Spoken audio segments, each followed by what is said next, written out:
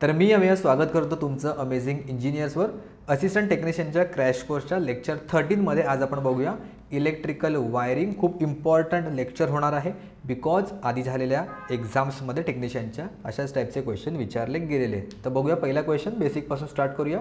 In colour coding of wiring what does the green wire indicate.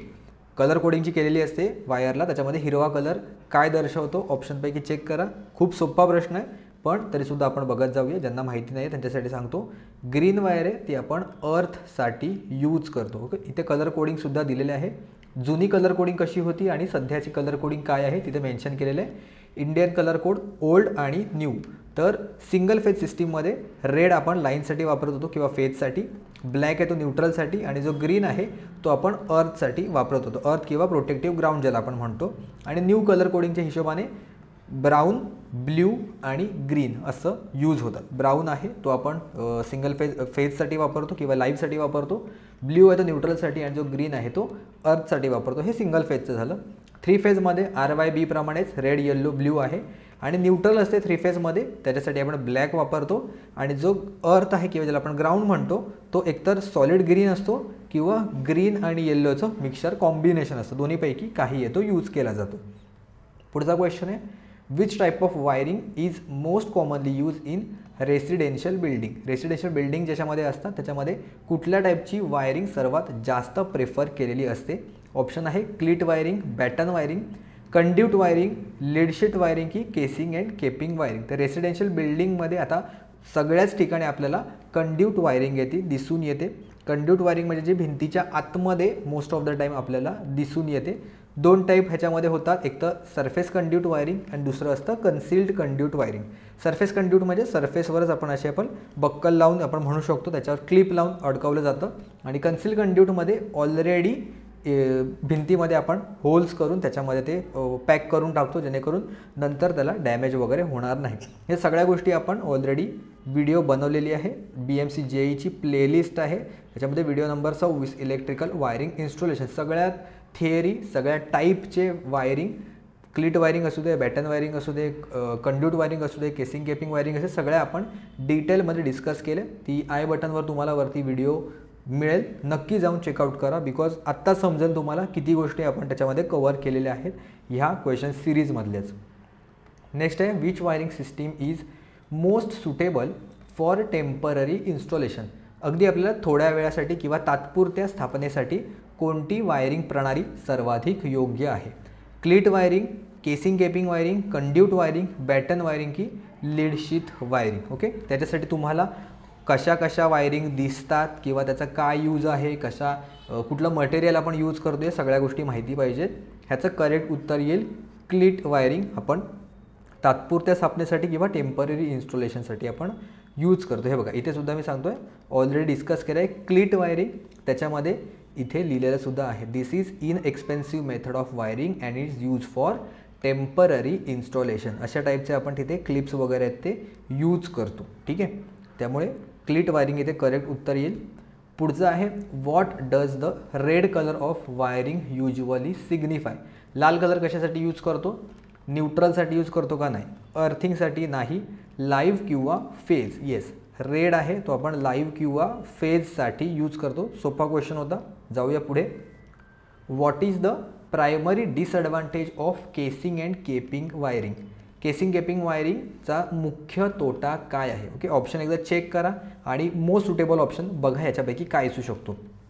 सगळ्यात पहिल्यांदा हाय cost, दुसरा आहे ससेप्टेबिलिटी टू फायर म्हणजे आगीची संवेदनशीलता, म्हणजे आग लागण्याचे चान्सेस जास्त आहेत। 3 नंबर आहे लिमिटेड फ्लेक्झिबिलिटी, लवचिकता फार मर्यादित प्रमाणात मिळते का? चौथा आहे कॉम्प्लेक्स इन्स्टॉलेशन आणि पाचवा आहे शॉर्ट लाईफ स्पॅन। तर त्यांनी मुख्य तोटा विचारला आहे, म्हणजे प्रायमरी डिसएडव्हान्टेज काय आहे। केसिंग केपिंग माहीत नसेल तर अशा टाईपची केसिंग केपिंग दिसते, बऱ्याच जणांच्या घरामध्ये असते। आपण एक टेम्पररी शॉर्ट टर्म टेम्पररी नाही म्हणू शकत, पण जर नव्याने आपण ऑलरेडी कन्सिल्ड वायरिंग केली आहे पण त्यानंतर तुम्हाला कुठला एक्सटर्नल पॉईंट वगैरे ॲड करायचं झालं किंवा तिथे स्विच बोर्ड वगैरे लावायचं असेल तर त्यावेळेला आपण ही केसिंग केपिंग वायरिंग येते यूज करतो। कम्पॅरेटिव्हली हलकी असते आणि कुठेही इन्स्टॉल केली जाते। ह्याचा मुख्य डिसएडव्हान्टेज काय आहे तो पण आपण डिस्कस केलेला आहे already. Disadvantage of casing capping wiring is there is a risk of major fire due to short circuit because of the plastic in this wiring system. ह्याच्यामध्ये फक्त प्लॅस्टिकचंच आवरण असतं, त्यामुळे जर आग लागली तर हे सगळ्यात पहिल्यांदा डॅमेज होण्याचे चान्सेस खूप जास्त आहेत. त्यामुळे आगीची संवेदनशीलता किंवा ससेप्टिबिलिटी टू फायर हे ह्याचं करेक्ट उत्तर येईल. हा त्याचा मुख्य तोटा आहे. पुढचा आहे in which wiring system are wires enclose in metal or plastic tube. कोणत्या वायरिंग प्रणालीमध्ये जी वायर असते ती धातूच्या किंवा प्लॅस्टिकच्या ट्यूब्समध्ये क्लोज केलेली असते. ओके, तर इथे तुम्ही बघितले असतील प्लॅस्टिकचे सुद्धा पाईप्स असतात किंवा असे मेटॅलिकसुद्धा पाईप असतात ज्याच्यामधून आतमधून इलेक्ट्रिकल वायर ती गेलेली असते. तर ह्याचं करेक्ट उत्तर येईल कंड्यूट वायरिंग. अगेन जो सगळ्यात मोस्ट फेमस आहे आणि जास्त ठिकाणी यूज केलेला जातो तो आहे कंड्यूट वायरिंग. ओके, पुढचा क्वेश्चन आहे which type of wiring is most suitable for the industrial installation. इंडस्ट्रीजमध्ये ऑब्व्हियसली जिथे हेवी वर्क्स वगैरे होतं त्या ठिकाणी सेफर, जिथे फायर लागू नये असे सुद्धा ऑप्शन असले पाहिजेत. म्हणजे त्याला इझिली फायर नाही लागली पाहिजे. तो काय टेम्पररी आहे का? नाही, तो परमनंट सोल्युशन असणार आहे आपलं, त्यामुळे परमनंट असलं पाहिजे. कंपॅरेटिव्हली स्टर्डी असलं पाहिजे. स्टर्डी म्हणजे मेकॅनिकल इंजुरी त्याला झाली नाही पाहिजे किंवा मेकॅनिकल डॅमेज नाही झालं पाहिजे आणि अशा सगळ्या गोष्टी. तर ह्या सगळ्या ऑप्शनपैकी जो सगळ्यात बेस्ट सुटेबल ऑप्शन होतो अगेन तो पण कंड्यूट वायरिंगच होतो. म्हणजे इंडस्ट्रियल ॲप्लिकेशन असू दे किंवा रेसिडेन्शियल इन्स्टॉलेशन असू दे सगळीकडे आपण कंड्यूट वायरिंगच यूज करतो. नेक्स्ट क्वेश्चन आहे खाली दिलेल्या आकृती डॅशचे वायरिंग दर्शवते. इथे जी डायग्राम दिलेली आहे ते 4 ऑप्शनपैकी कुठल्या टाईपची वायरिंग आहे नीट बघून घ्या. इथे 2 टू वे स्विचेस आपण यूज केलेले आहेत आणि एक लॅम्प वापरलेला आहे. जर तुम्हाला माहिती असेल तर स्टेअरकेस वायरिंगची जी डायग्राम आहे ती अशा प्रकारची दिसून येते, जिथे स्टेअरकेसवरून एकदा बॉटमला असतो आणि टॉपला असतो. राईट, इथेच आपण नंबरिंग केलं 1 2 1 डॅश आणि 2 डॅश. हे जो 1 आहे तो कनेक्ट केलेला असतो ह्याच्या सेकंड टर्मिनलला आणि ह्याचा जो सेकंड टर्मिनल आहे तो ह्याच्या फर्स्ट टर्मिनलला कनेक्ट केलेला असतो. म्हणजे जर एक स्विच ऑन केला तर दुसरा ऑफ कंडिशनमध्ये पाहिजे तरच आहे ते आपलं सर्किट कंप्लीट होऊ शकतो. म्हणजे हा जर 1 वर असेल तर इकडे हा 2ला कनेक्ट पाहिजे, इकडे जर हा 2 वर असेल तर इकडे हा 1 वर कनेक्ट पाहिजे, तरच आपलं जे सर्किट आहे ते बघू शकता इथून कंप्लीट होतं आहे. इथून कंप्लीट इथे आलं आणि आलं लाईव्ह. ठीक आहे, लाईव्ह आणि न्यूट्रल अशा प्रकारे सर्किट आहे ते आपलं कंप्लीट होऊन जातं. त्यामुळे स्टेअरकेस वायरिंग ह्याचं करेक्ट उत्तर येईल. पुढचा क्वेश्चन आहे grooves in cleat wiring are made of. Cleat वायरिंगमध्ये जे आपण ग्रूव्ज यूज करतो ते कुठल्या मटेरियलपासून बनवलेलं असतं? पोर्सिलिन, कॉपर, ग्लास की स्टील. जे ग्रूव्ज असतं ते ॲज अ सपोर्ट स्ट्रक्चरसारखं काम करतं त्याला. So in this type of wiring porcelain, wood और plastic cleats are fix to the wall और सिलिंग. म्हणजे जे ग्रूव्ज आपण ज्याला म्हणू शकतो किंवा हे जे आहे हे हा जो प्रकार आहे ज्याच्यावर फिक्स केलेलं जातं ते कशापासून बनवलेलं असतं तिथे मी मेन्शन केलेलं आहे. पोर्सिलिन, वूड किंवा प्लॅस्टिकपासून बनवलेलं असतं. तर ऑप्शन 1 आहे तो इकडे करेक्ट येईल, पोर्सिलिनपासून ते बनवतात. पुढचा क्वेश्चन आहे in residential wiring what does a black wire generally represent. Okay, काय येऊ शकतं ह्याच्यापैकी? न्यूट्रल, लाईव्ह, अर्थ, फेज की स्पेअर. ओके, ज्यांना माहिती नाही आहे तर ते कदाचित कन्फ्यूज होऊ शकतात. स्पेअरमध्ये किंवा लाईव्ह नाही येणार, स्पेअरमध्ये किंवा न्यूट्रलमध्ये. मोस्टली ह्या 2मध्येच कन्फ्युजन होण्याचे चान्सेस आहेत. तर न्यूट्रल ह्याचं करेक्ट उत्तर येईल. आत्ताच आपण बघितलं RYB फेजेस असतील तर त्याच्यासोबत जो ब्लॅक आहे तो आपण न्यूट्रलमध्ये यूज करतो किंवा बऱ्याचदा आपल्या घरी जेव्हा येतं तेव्हा एकदा ही वायर येते आणि सोबत एक न्यूट्रल येते किंवा Y येते सोबत न्यूट्रल असते आणि B असते किंवा न्यूट्रल असते, कारण आपला रेसिडेन्शियल वायरिंगमध्ये सिंगल फेज असते. त्यामुळे या 3 फेजेसपैकी कुठलाही एक phase along with the neutral आपल्याकडे असतो. पुढचा क्वेश्चन आहे which wiring system offers the best protection against the moisture. Again fire असू दे किंवा मॉइश्चर असू दे किंवा मेकॅनिकल इंजुरी असू दे, सगळ्यांपासून प्रोटेक्शन करण्यासाठी एकच बेस्ट आहे वायरिंग म्हणजे ती म्हणजे कंड्यूट वायरिंग. पुढचा क्वेश्चन आहे CTS वायरिंग सिस्टीममध्ये CTS म्हणजे काय? CTSचा बेसिकली फुल फॉर्म विचारलेला आहे. ओके, व्हिडिओ पॉज करा आणि चेक करा तुम्हाला येत आहे की नाही आहे. माहीत नसेल तर मी सांगतो, ह्याचं करेक्ट उत्तर आहे cable tyre sheath. Cable tyre sheath ह्याचं करेक्ट उत्तर येतं CTS वायरिंगचं. ओके, सोबतच बाकीच्या वायरिंग सिस्टीमचं मी ॲप्लिकेशन पण इथे दिलेलं आहे. क्लिट वायरिंग कुठे यूज होते, जसं आपण सांगितलं टेम्पररी इन्स्टॉलेशन लाईक कुठल्या इव्हेंटसाठी असेल किंवा कुठला टेम्पररी फंक्शन असेल तर. वूड केसिंग केपिंग वायरिंग आहे, ती रेसिडेन्शियल बिल्डिंगमध्ये आधी व्हायची, आता CTS किंवा PVC वायरिंग होते. आता यूज होत नाही वुडनचं एवढं, कारण because of the risk of fire. CTS आणि TRS वायरिंग आहे ते रेसिडेन्शियल ऑफिसेस आणि कमर्शियलमध्ये यूज होतं. तर आता CTSचा फुल फॉर्म तर तुम्हाला समजलं राईट. TRSचा फुल फॉर्म काय आहे हे तुम्ही मला कमेंट करून सांगा, म्हणजे मला समजेल की तुम्ही लेक्चर किती सिरियसली ऐकताय आणि तुम्हाला एक्झामच्या बाबतीत किती सिरियस आहात. ओके, बिकॉज डायरेक्टली TRSचा फुल फॉर्मसुद्धा कदाचित विचारला जाऊ शकतो. आज मी CTS विचारलं, एक्झामला TRS येऊ शकतो. सो मला कमेंट करून सांगा TRSचा फुल फॉर्म काय आहे ते. ठीक आहे, पुढे क्वेश्चन असं तुम्हाला होमवर्क पण देईन जेणेकरून तुम्हाला पण इनपुट टाकलं तर शिकायला मजा येईल. पुढे आहे लीड शीथ वायरिंग आणि कंड्यूट वायरिंग म्हणजे PVC केबल. बघितलं तर इथे मॅक्झिमम ठिकाणी कंड्यूट वायरिंगच यूज होते. बघूया पुढचा क्वेश्चनकडे. Which of the following metals is use to make electrical wire. Electrical वायरसाठी कुठला आपण खाली दिलेल्यांपैकी मेटल यूज करतो, कॉपर, सिल्वर, लीड की मॅग्नेशियम. ओके, सोप्पा क्वेश्चन आहे फार. इलेक्ट्रिकल वायर्स आपण कॉपरच्या बनवतो बिकॉज त्याचं कंडक्टिव्हिटी खूप जास्त असते as compare to the other metals.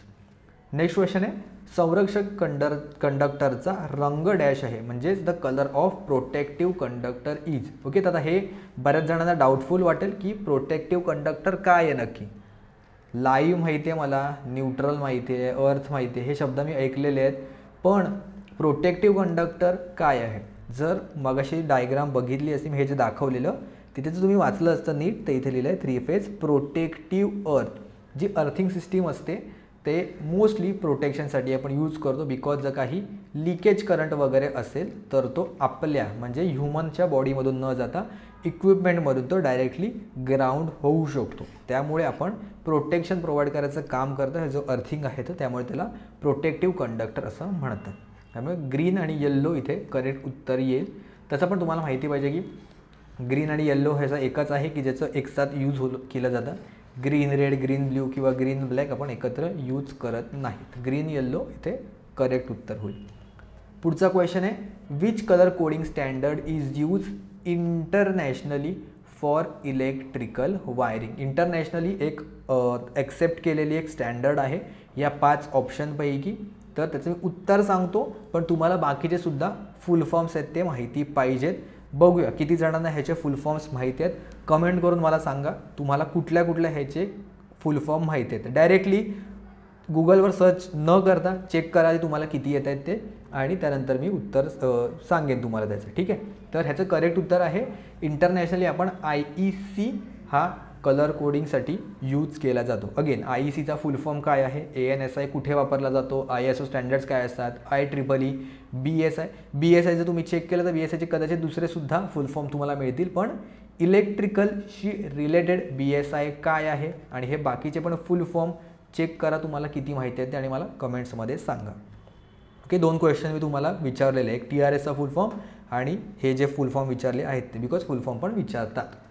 पुढचा क्वेश्चन आहे which size wire has the highest current carrying capacity. Okay, आता हा छान क्वेश्चन आहे बिकॉज ह्याच्यामध्ये 2 कन्सेप्ट तुम्हाला सगळ्यात पहिल्यांदा क्लिअर असले पाहिजे. सगळ्यात पहिल्यांदा गेजच्या साईजच्या बाबतीत आणि दुसरं म्हणजे करंट कॅरिंग कॅपॅसिटी कशावर डिपेंड असते. ओके, सपोज एक्झाम्पल घेऊया, एक एरिया ऑफ क्रॉस सेक्शन एकाचा छोटा आहे एका कंडक्टरचा आणि दुसऱ्याचा एरिया ऑफ क्रॉस सेक्शन मोठा आहे. ओके, तर ह्या दोघांमध्ये सगळ्यात जास्त करंट कुठून फ्लो होतो. जर लॉजिकली विचार केला तर ज्याचा एरिया ऑफ क्रॉस सेक्शन जास्त आहे त्याच्यातून जास्त करंट फ्लो व्हायला पाहिजे. ओके, मी मॅथमॅटिकलीसुद्धा तुम्हाला प्रूव्ह करून दाखवतो की current is directly proportional to the area. असं आहे का? चलो चेक करूया. आयचा फुल फॉर्म माहिती आहे मला, ओम्स लॉच्या according I is equal to V/R. Correct, हा सगळ्यांना फॉर्म्युला माहिती आहे. त्यानंतर रेजिस्टन्स ऑफ द कंडक्टर काय असतो, ρL भागिले ए म्हणजे एरिया असतो, बरोबर. म्हणजे मी असं म्हणू शकतो की resistance is inversely proportional to the area, correct. आणि current is inversely proportional to the radius. म्हणजे मी इकडे जर मी लिहायचं म्हटलं तर it is 1/r inversely proportional to the R, आणि this R is inversely proportional to the area. म्हणजेच इन्व्हर्सचा इन्व्हर्स म्हणजे आपण डायरेक्टली प्रपोर्शनल आहे असं म्हणू शकतो, करेक्ट. म्हणजे जेवढा एरिया जास्त तेवढा त्याच्यातून जास्त करंट येतो फ्लो होणं. तर हे तर मला कळलं की जास्त एरियावाला मधून करंट फ्लो होणार. पण आता ज्यांना माहिती नाही आहे गेजच्या बाबतीत तर त्यांना वाटेल की ह्या 4 ऑप्शनपैकी 18 गेज आहे म्हणजे ह्याच्यातून जास्त करंट फ्लो होईल. पण असं नाही आहे. जेवढा नंबर लेस असेल ना, नंबर जेवढा लहान असेल तेवढा त्याची साईज जास्त असते, ओके. नंबर जेवढा कमी तेवढी त्याची साईज ही जास्त असते. त्यामुळे या 4 ऑप्शनपैकी हा जो नंबर आहे गेजचा तो सगळ्यात कमी आहे 4. त्यामुळे त्याची साईज बाकीच्या तिघांपेक्षा जास्त असते, ठीक आहे.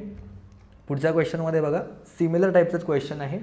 Compare to the 16 SWG wire 8 SWG wire is. म्हणजे 16 SWG वायरच्या तुलनेमध्ये 8 SWG वायर ती काय आहे. थिनर आहे म्हणजे पातळ असते, थिकर जाडी असते, समान असते की वजनाने हलकी असते असं त्यांनी विचारलेलं आहे. तर SWG सिस्टीम म्हणजे ज्याच्यामुळे आपण गेज मोजला जातो, जो आता मगाशीच बघितला आपण गेज काय असतो. तर इकडे तुम्ही आकडा बघा, हा इकडे 1 दिलेला आहे, जो इथे हॉलो दिलेला आहे सॉकेट तो सगळ्यात मोठा आहे. 2ला कमी होत जातं, 3, 4 जर तुम्ही बघत गेले असे तर जसा आकडा वाढतोय तसं त्याची साईज आहे ती कमी होत जाते. जो सॉकेटचा जो पार्ट आहे इकडे तुम्हाला जो इथे वायर आपण इन्सर्ट करून चेक करू शकतो त्याचा गेज किती आहे. 1चा सगळ्यात हायेस्ट आहे आणि 31चा सगळ्यात कमी आहे. म्हणजे जेवढा नंबर चांगला तेवढा, म्हणजे जेवढा नंबर कमी तेवढा त्याची जाडी आहे ती जास्त असं म्हणू शकतो. म्हणजे इथे 16 SWG वायर जर तुम्ही इथे बघितली, कुठे इथे ही 16 आहे आणि ही आहे इथे 8. तर बघितलं 8 जी वायर आहे ती कंपॅरेटिव्हली थिकर आहे असं पण म्हणू शकतो, राईट. 8 नंबर आहे तो कंपॅरेटिव्हली जाड आहे 16पेक्षा. त्यामुळे ते उत्तर 2 येते, करेक्ट येईल. तुम्हाला SWG काय येते माहिती पाहिजे, मी पुढे इथे घेतलेला आपण एक question, okay. In wiring and winding and abbreviation for SWG. Abbreviation येणार, फुल फॉर्म फॉर SWG काय येईल, म्हणजे SWGचा फुल फॉर्म काय आहे. हा क्वेश्चन डायरेक्टली SSC JEEला सुद्धा विचारला गेलेला होता. Synthetic winding guard, simple winding gauge, standard wire gauge की सिंगल वायर गार्ड, ओके. आता आत्ताच आपण बघितलं गेज तिथे उत्तर येईल, त्यामुळे हे 2 तर ऑप्शन गेले. पण सिंपल वाइंडिंग गेज येईल की स्टँडर्ड वायर गेज येईल, ओके. त्याचं करेक्ट उत्तर आहे स्टँडर्ड वायर गेज. असा सुद्धा फुल फॉर्म आहे ते आपल्याला विचारला जाऊ शकतो, ओके. जाऊया पुढच्या क्वेश्चनकडे. According to the I rules the maximum load on power sub circuit should not exceed dash watts. एका पॉवर सब सर्किटमध्ये आई नियमांच्या अनुसार जास्तीत जास्त भार किती वॅट्सपेक्षा जास्त नसावा, ओके. लक्षात ठेवा, आहे इथे पॉवर हा वर्ड यूज केलेला आहे, ओके. जर पॉवर वर्ड यूज केला असेल पॉवर सब सर्किट तर तिकडे वॅटेज आहे ते 3000 वॅट इथे करेक्ट उत्तर येईल, ओके. 2 टाईपचे तुम्हाला सब सर्किट विचारले जातात, एक light and fan sub circuit आणि दुसरं पॉवर सब सर्किट. जर पॉवर असेल तर मॅक्झिमम लोड आहे तो तुमचा 3000 वॅट्स असतो, त्याच्यापेक्षा जास्त नसला पाहिजे. आणि जर फक्त फॅन आणि लाईटचं सब सर्किट विचारलं तर मॅक्झिमम लोड असतो 800 वॅट. ह्याच्यामध्ये अजून एक पॉईंट आहे की जो लाईट अँड फॅनचं जे सब सर्किट असतं त्याच्यामध्ये मॅक्झिमम 10 पॉईंटच आपण एका सर्किटमध्ये कनेक्ट करू शकतो. 10पेक्षा जास्त पॉईंट आपण सर्किटमध्ये कनेक्ट करू शकत नाही. हे इंडियन इलेक्ट्रिसिटी रूल्समध्ये क्लिअर कट मेन्शन केलेलं आहे. जर तुम्ही ते फॉलो नाही केलं तर आई रूल्स ब्रेक केल्यासारखं तिथे होतं, ठीक आहे. तर 3000पेक्षा जर जास्त लोड असेल तर आपल्याला सेपरेट पॉवर सर्किट घ्यायला लागतं असं त्यांनी इथे मेन्शन केलेलं आहे, ठीक आहे. विसरायचं नाही आहे. हा क्वेश्चन आहे त्याच रिलेटेड आहे. आपण SSC JEEला सलग 2 वर्षे विचारला गेला होता. As per recommendation of ISI the maximum number of points of lights and fan and socket outlet that can be connected in one sub circuit is. समजलं असेल तुम्हाला शब्दांवरून की एका सब सर्किटमध्ये लाईट, फॅन आणि सॉकेटचे मॅक्झिमम किती नंबर ऑफ पॉईंट्स असले पाहिजे किंवा आउटलेट असले पाहिजेत. ओके, आता चेक केलं, मॅक्झिमम 10 असले पाहिजेत आणि जर वॅटमध्ये विचारलं तर 800 वॅट. ओके, पॉवर नाही विचारलं, लाईट आणि फॅनच्या बाबतीत विचारलं. पुढचा क्वेश्चन डायरेक्ट डायग्रामवर आहे. इथे जी डायग्राम दिली आहे ती ह्या 4 ऑप्शनपैकी कशासाठी आहे, ह्याचं तुम्हाला नावसुद्धा माहिती पाहिजे. इलेक्ट्रिकल जे एसेसरीज आपण वापरतो त्याचं नाव काय आहे ते. ठीक आहे, काय उत्तर येईल याचं? पेंडंट होल्डर ह्याचं करेक्ट उत्तर येईल. तर तुम्हाला सुबोधमध्ये सुद्धा हे डायग्राम वगैरे दिलेले आहेत, त्या सगळ्या गोष्टी बघून जा, डेफिनेटली क्वेश्चन येऊ शकतो. पुढचा एक स्टॅटिक डेटावरचा क्वेश्चन आहे. What is the minimum length of installing a ceiling fan from the floor level. जमिनीपासून जो वरती आपला सिलिंग फॅन असतो त्याची हाईट किती असली पाहिजे मिनिमम. ओके, तर ह्याचं करेक्ट उत्तर येईल 2.75 म्हणजे ॲप्रॉक्सिमेटली आपण 9 फीट म्हणू शकतो. ॲप्रॉक्सिमेटली 9 फीटच्या आसपास त्याचं मिनिमम डिस्टन्स असलं पाहिजे जमिनीपासून ते फॅनपर्यंतचं. ओके, नेक्स्ट क्वेश्चन आहे. इन अ 3 पिन प्लग, जो आपला 3 पिनचा प्लग असतो त्याच्यामध्ये काय असतं? All 3 pins are of the same size. तिन्ही पिन सेम साईजचे असतात का? तुम्ही चेक केलं असेल तर तिन्ही पिन सेम साईजच्या नसतात. 2 सेम साईजच्या असतात आणि एक असते ती जाड असते, कम्पॅरेटिव्ह जाड असते आणि त्याची साईज आहे ती जास्त असते. तुम्ही साईडून जर चेक केलं तर जो 3 पिन सॉकेट आहे तो असा तुम्हाला दिसेल. ओके, आणि इथे अशी वायर कनेक्टेड असेल तुम्ही साईडून चेक केलं तर, आणि समोरून जर बघितलं तर अशी पण असते पलीकडे. राईट, टोटल 3 पिनांपैकी. त्याच्यामुळे 2 pins are of the same size and third one is thicker. Correct, पण सी ऑप्शन बघितला, 2 pins are of the same size but third one is thicker as well as longer. तो लांबसुद्धा असतो आणि comparatively जाडसुद्धा असतो. Because हा जो point आहे तो अर्थिंगचा असतो. तो सगळ्यात पहिल्यांदा आपण इक्विपमेंटला अर्थिंग प्रोव्हाइड करतो आणि त्यानंतर लाईव्ह आणि न्यूट्रल आहे ते इक्विपमेंटला प्रोव्हाइड केलं जातं. सगळ्यात पहिल्यांदा अर्थिंग प्रोव्हाइड करणं नेहमी गरजेचं असतं. नेक्स्ट क्वेश्चन आहे. Which type off switch is use in case of staircase wiring. Okay, आता स्टेअरकेस वायरिंगचा आपण क्वेश्चन बघितला. किती जणांनी ह्याचं नीट लक्षपूर्वक बघितलं असेल त्यांना करेक्ट उत्तर येईल त्या क्वेश्चनचं. ओके, कुठला स्विच वापरतो? लिमिट स्विच, 2 वे स्विच, फ्लोट स्विच की 1 वे स्विच? तर तिकडे 2 वे स्विच आपण यूज करतो. जसं मी दाखवलं 1 आणि 2 नंबर जर इथे कनेक्टेड असेल तर सर्किट इथे कंप्लीट होईल. जर एक इथे चेंज झाला तरीसुद्धा सर्किट बंद होईल. म्हणजे इथून वरती जाताना मी इकडे इथे बटन प्रेस केलं तर लाईट पेटेल आणि वरती गेलो तर बटन दाबल्यावर लाईट क्लोज होऊन जाईल. म्हणजे फक्त स्टेअरकेसमध्ये जर काळोख असेल तर तेवढ्या वेळापुरतीच आपण ते वापरायला हवं आहे. म्हणजे दोन्हीकडून ते ऑपरेट झालं पाहिजे. ओके, नेक्स्ट क्वेश्चन आहे. Fans and lamps in domestic installation are connected in. Okay, domestic म्हणजे आपल्या घरी जे फॅन्स आणि लॅम्प लावलेले असतात ते कसे कनेक्टेड असतात? सिरीजमध्ये असतात की पॅरललमध्ये असतात की सिरीज आणि पॅरललमध्ये असतात? बऱ्याच जणांना हे माहिती नसेल. कॉमन सेन्सने विचार करा, तुम्हाला माहिती पाहिजे. पॅरललमध्ये व्होल्टेज सेम असतं आणि सिरीजमध्ये करंट सेम असतं. ओके, आपल्याला काय इम्पॉर्टंट असतं, काय कॉन्स्टंट राहणं इम्पॉर्टंट असतं? तर व्होल्टेज कॉन्स्टंट राहणं आपल्यासाठी फार इम्पॉर्टंट असतो. त्यामुळे जर कुठले बल्ब वगैरे असतील तर जो कॉमन व्होल्टेज सोर्स असेल, जे आपल्या घरात जे सप्लाय येतो, फेजची वायर एका ठिकाणी कनेक्टेड असते आणि दुसरी आहे ते न्यूट्रलला असते. फेजमधून स्विच कनेक्टेड असतो आणि त्याचा स्विचचा जो दुसरा आउटपुट आहे तो डायरेक्टली जातो बल्बला आणि बल्बचा जो दुसरा टर्मिनल आहे तो जातो न्यूट्रलला. सिमिलरली असे बाकीचे बल्ब्स असतील किंवा पॉवर सर्किट असतील, पॉवर आउटलेट्स किंवा फॅन असतील, ते सगळेच्या सगळे कनेक्टेड असतात.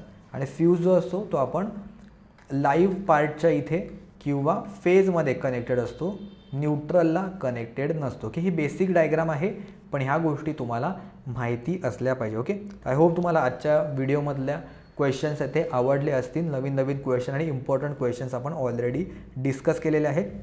बरेच जण म्हणत होते की नोट्स सर कुठे अवेलेबल आहेत, तर मी ऑलरेडी आपल्या ॲपवर अपलोड केलेल्या आहेत. इकडे फ्री मटेरियल टॅब्सवर जर तुम्ही गेलात तर तिकडे असिस्टंट टेक्निशियन नोट्स नावाचा मी फोल्डर बनवलेला आहे, तिकडे तुम्ही चेकआउट करू शकता.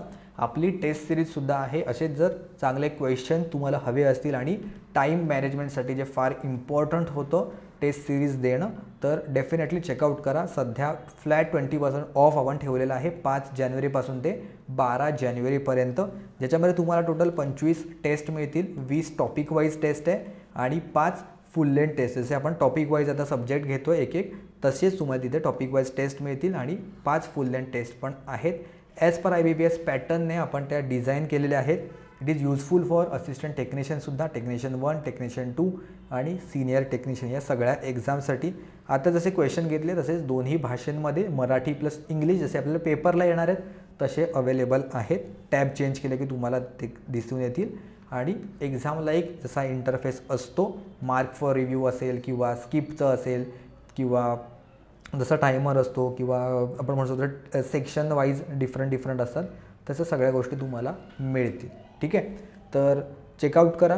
आणि ती आपण इलेक्ट्रिकल वायरिंगची जी व्हिडिओ बनवलेली आहे BMC JEEच्या प्लेलिस्टमध्ये, तीसुद्धा तुम्हाला इथे लास्टला मिळून जाईल. ठीक आहे, तर आजच्या व्हिडिओमध्ये एवढंच. भेटूया आपण पुढच्या व्हिडिओमध्ये नवीन टॉपिकसोबत.